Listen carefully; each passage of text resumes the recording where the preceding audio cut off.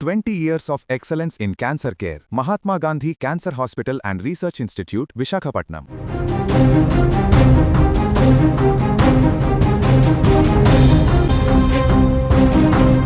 Telecom రంగంలో పెరిగిన recharge భారంతో బెంబెలెత్తుతున్న సామాన్య వినియోగదారుడికి కేంద్రం తీపి కబురు అందించింది.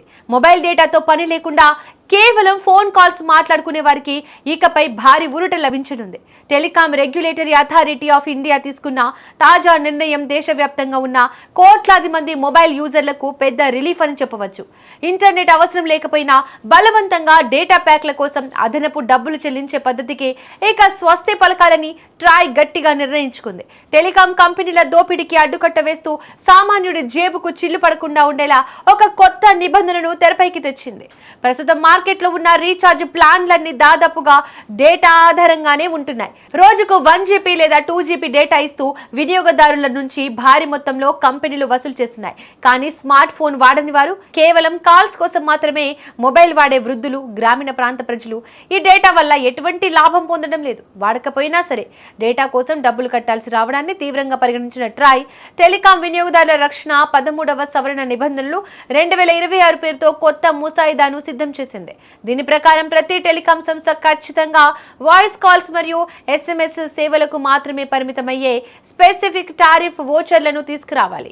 ఈ ప్లాన్ల ధరలు ప్రస్తుతం ఉన్న డేటా ప్లాన్ల కంటే చాలా తక్కువగా ఉండేలా చూడాలని స్పష్టమైన ఆదేశాలు జారీ చేసింది. ఇక గతంలో కూడా ట్రాయ్ ఇలాంటి సూచనలు చేసినప్పటికీ టెలికాం కంపెనీలు నామకే వాస్తుగానే కొన్ని ప్లాన్లను ప్రవేశపెట్టాయి. అయితే వాటిలో డేటా లేకపోయినప్పటికీ ధరలు మాత్రం డేటా ప్యాక్లతో సమానంగానే ఉంచాయి. దీనివల్ల వినియోగదారుడికి ఎటువంటి ఆర్థిక లాభం చేకూరలేదు సరికదా, కేవలం కంపెనీలకు మాత్రమే లాభం చేకూరింది. ఈ విషయాన్ని గమనించిన ట్రాయ్ ఈసారి నిబంధనలను మరింత కఠినతరం చేసింది. కొత్త నిబంధనల ప్రకారం కేవలం లాంగ్ వ్యాలిడిటీతోనే కాకుండా తక్కువ రోజుల వ్యాలిడిటీతో కూడా ఈ కాల్ ఓన్లీ ప్లాన్లు అందుబాటులో ఉండాలి.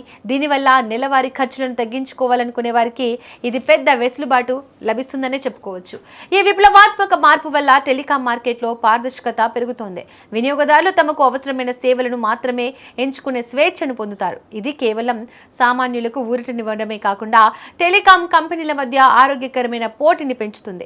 రాబోయే రోజుల్లో కంపెనీలు కస్టమర్ల అవసరాలను బట్టి తక్కువ ధరలకే ఆకర్షణీయమైన ప్లాన్లను ప్రకటించాల్సిన పరిస్థితి ఏర్పడుతుంది. ముఖ్యంగా ఇంటర్నెట్ వినియోగం తక్కువగా ఉండే వర్గాలకు ఇది ఒక వరంగా మారనుంది. సామాన్యుడి మొబైల్ బిల్లును సగానికి తగ్గించే దిశగా ట్రాయ్ వేసిన ఈ అడుగు టెలికాం రంగంలో కొత్త అధ్యయనానికి నాంది పలుకుతుందని నిపుణులు భావిస్తున్నారు.